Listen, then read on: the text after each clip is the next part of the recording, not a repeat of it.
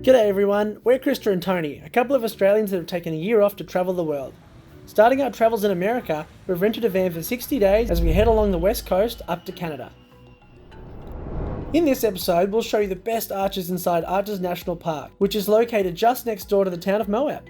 This park is renowned for its unique geological formations, having the highest concentration of natural arches in the world. After visiting Arches National Park, we then take out some ATVs to tour around the surrounding sandstone hills, while checking out some prehistoric dino footprints. Finally, we finish up at Green River where we find an epic campsite on the river. By the time we got to Moab, it was later in the afternoon, so we decided to check out Corona Arch instead of visiting the national park itself. This arch is actually outside of Arches National Park, so you don't need a reservation to enter, and it's completely free. Here we are heading to Corona Arch and Bowtie Arch. We've already walked like a 100-meter hill and I'm exhausted. Can we go home now? The hike is about 3 miles return, with a gradual uphill gradient and a small scramble halfway up, which has a rope and a ladder for assistance. There are a lot of arches actually outside Arches National Park that you can explore, such as Corona Arch. This arch was also known for adventurous individuals turning the arch into a giant rope swing, like this epic video of Devin Graham. Check out the link in the comments down below. Yet this is now banned after a recent death sadly resulted from a similar rope swing related incident.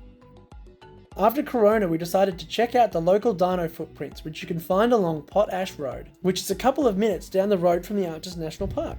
Dinosaur tracks from one of these giant meat-eating dinosaurs. And that is the footprint.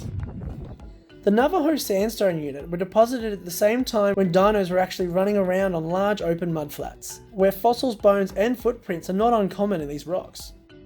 The Colorado River has multiple campsites along it with amazing views of the actual river. This is our campsite for the night. It's almost like a mini Zion really. That's the Colorado River and we're just northeast of Zion. Northeast of Moab. It's pretty nice. It's not cold. Not too cold, not many bugs. It's pretty good. This site was called Grand Staff Campground and cost $20 a night, which was about 10 minutes north of Moab. The next day we headed to Arches National Park. Entry into Arches National Park is $30 per private vehicle, or it's free if you have the America the Beautiful pass. And that is a line for arches. This park gets super busy in peak season, so you'll need to reserve an entry time if you plan on visiting before 5 p.m. But if you miss out, a second round of entry time tickets are released the day before at 6 p.m, but time slots sell pretty fast. First up for us once we're in the park was Delicate Arch. We're off to Delicate Arch. Have I said that already? Oh my god!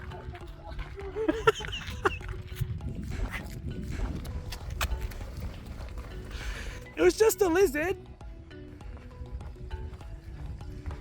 It's best to visit this arch in the morning as it's a 3-mile round trip hike and can get rather hot in the afternoon during summer. The trail is also steep, gaining 480 feet in elevation. Delicate Arch is actually way better and way bigger than I thought it would be in person. Yet despite its size, it's still delicate with cracks starting to form in one of the limbs. With these weaknesses starting to form in the rock, Delicate Arch sadly may not be here for that much longer. Well, on a geological timescale. Next 100 years to sometime in the next million. After Delicate Arch, we headed to North and South Window Arch, along with Turret Arch. The drive through Arches National Park itself is just amazing, with beautiful landscapes the entire way. Just before we reached the window section, we stopped for a quick snack while opening up the back of the van. The window section of the natural park was probably my favourite location within the park, as there were so many amazing arches within walking distance from one another. It was by far the most scenic section, but was also, as a result, probably one of the busiest, so getting a park was pretty tough.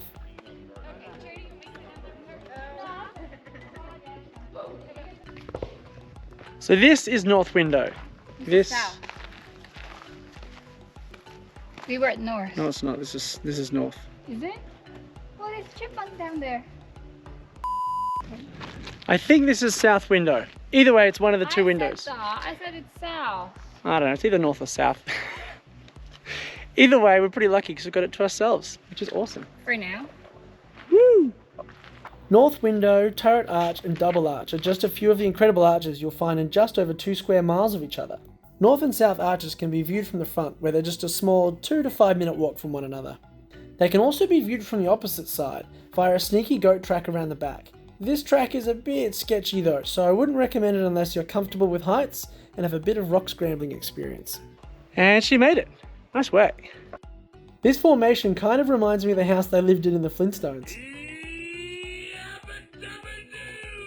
Turret Arch is the smallest of the 3 arches you'll see on the Windows Loop Trail, but it's part of a more interesting castle-like rock formation that includes a turret on top. So I'm just seeing these cavemen throwing rocks, just destroying the National Monument.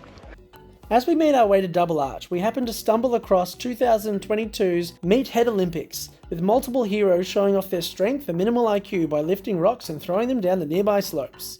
We saw all types of meatheads, from the shirtless variety to the bright flamingo pink variety, as they competed for who could be the biggest peanut.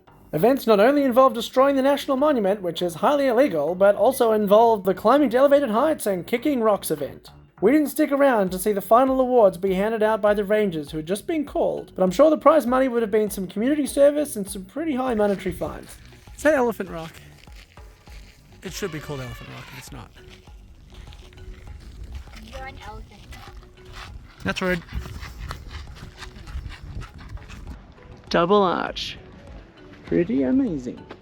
Double Arch was formed differently from most of the arches in the park.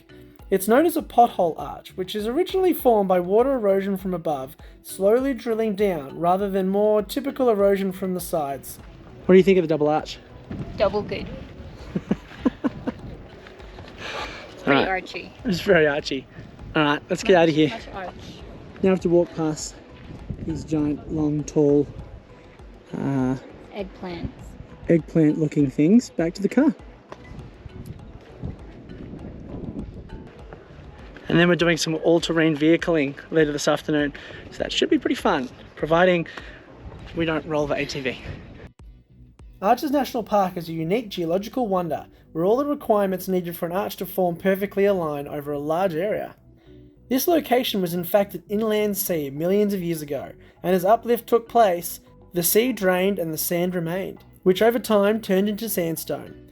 This sandstone cracked and folded over time, and with water penetrating the small gaps causing further erosion, the elements continued wearing down these sandstone structures. Arches would form where weaker layers eroded faster than the more resilient units above, slowly undercutting the resilient rocks above, creating an arch. This is a never-ending process. As new arches form, old ones are destroyed. Before leaving Arches National Park, we had to stop over and check out Balanced Rock. This giant rock of sandstone is more resistant than its underlying mudstone unit, which has been slowly worn away over the last 65 million years. 65 million years is a long time, so it's not like this rock will fall anytime soon, but it's important to remember that none of these beautiful formations are permanent. This photo was taken in 1959, which shows another formation called Chip Off the Old Block, which is to the right of Balanced Rock. That formation sadly fell victim to erosion and fell to the ground during the winter of 1975.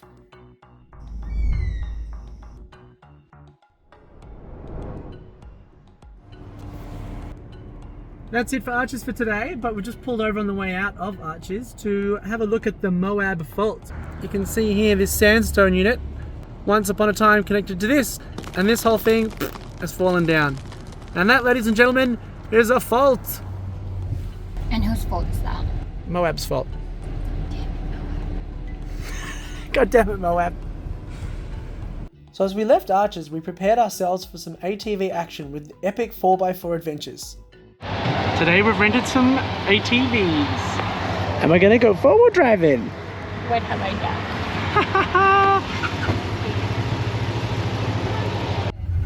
Alright, this is it. There we go, everybody. There are a few different types of ATVs you could choose from, yet we went with the high-end Kawasaki KXR 1000 ATVs for a sunset tour. These ATVs were super powerful and also pretty expensive, coming in at $27,000 US. With soft, low-pressure tyres and massive suspension, they scrambled over every rock without us hardly feeling a bump. They handled so well and were very forgiving, able to climb any track on any angle. We flew through both dirt and sandy tracks, along with rocks scrambling up almost vertical rock faces.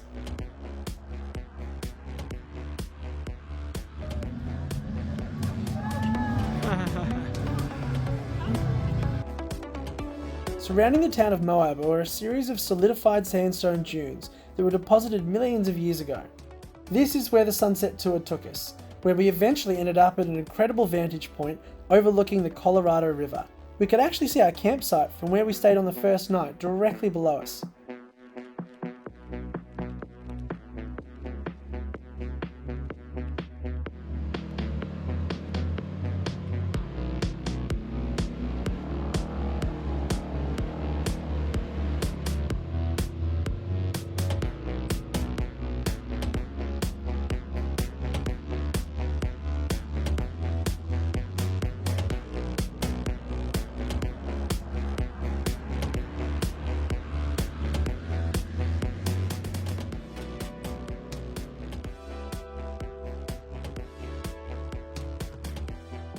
After checking out the sunset, we then saw some dino footprints, while learning about a local scandal regarding one of the original discoveries.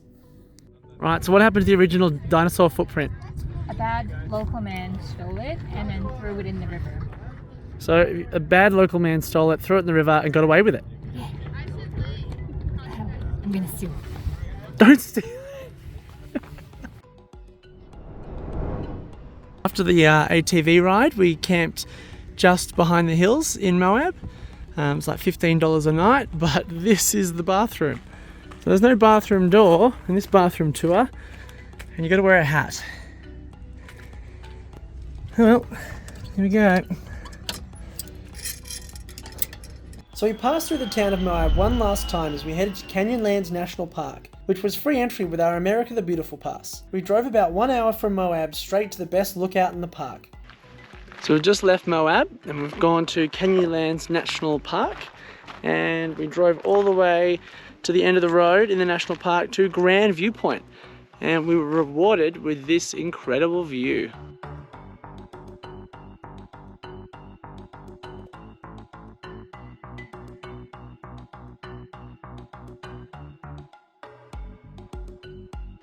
And there's heaps of those small little buddy bug things. What are they called? Gnats?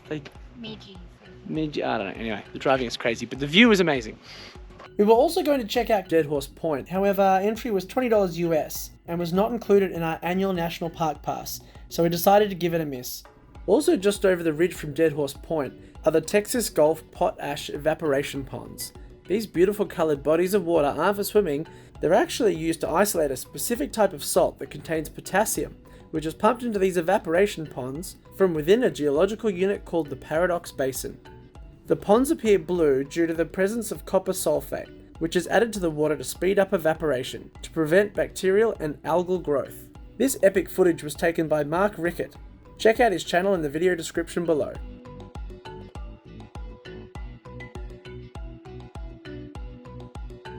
As we left Canyonlands, we fueled up on the way at Jackass Joe's UFO Jerky fuel station, where we said hey to the Scooby-Doo gang, Scooby-Doo, and then hit the road after we decided to pass on the questionable meats inside. A few hours later, we pulled up for the night just north of a small town called Green River. So tonight we are staying in Swayze's Beach Campground. Not much of a beach, it's more of a river. We're in Green River at the moment, and it looks like we're in bear country.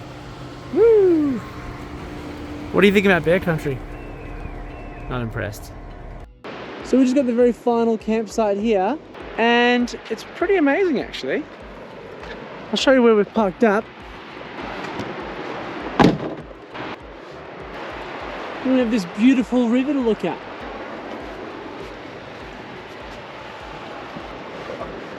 Not too bad. It's bear country.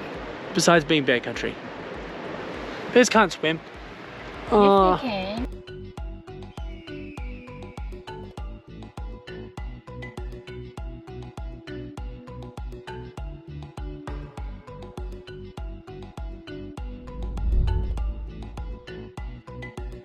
Well, that's it for this episode. Check out our next one where we head past Salt Lake City, take a swim in Lava Hot Springs, then climb up the Grand Tetons. And feel free to click the like button and leave a comment. We'll see you in the next one.